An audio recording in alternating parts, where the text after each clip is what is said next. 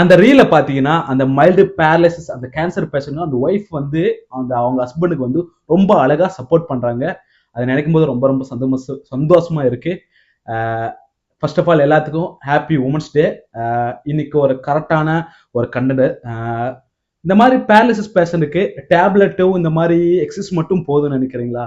Emotional support, பார்ட்னரோட love care ரொம்ப ரொம்ப important. அது ரெக்கவரிக்கு அது ரொம்ப ரொம்ப மஸ்ட். அது எவிடன்ஸாவும் ப்ரூவ் பண்ணி இருக்கு.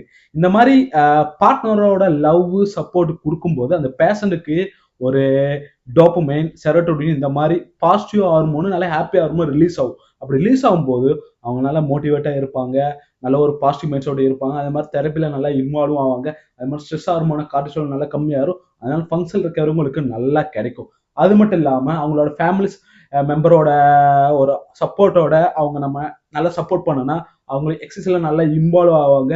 அது மாதிரி பார்ட்னரோட டச்சு கிஸ் கூட அவங்களோட ஆங்ஸைட்டி, டிப்ரெஷன், ஸ்ட்ரெஸ் எல்லாத்தையும் கம்மி பண்ணும். அதனால சோசியல் இன்க்ளூசிவ்ல நல்லா இன்வால்வ் ஆவாங்க.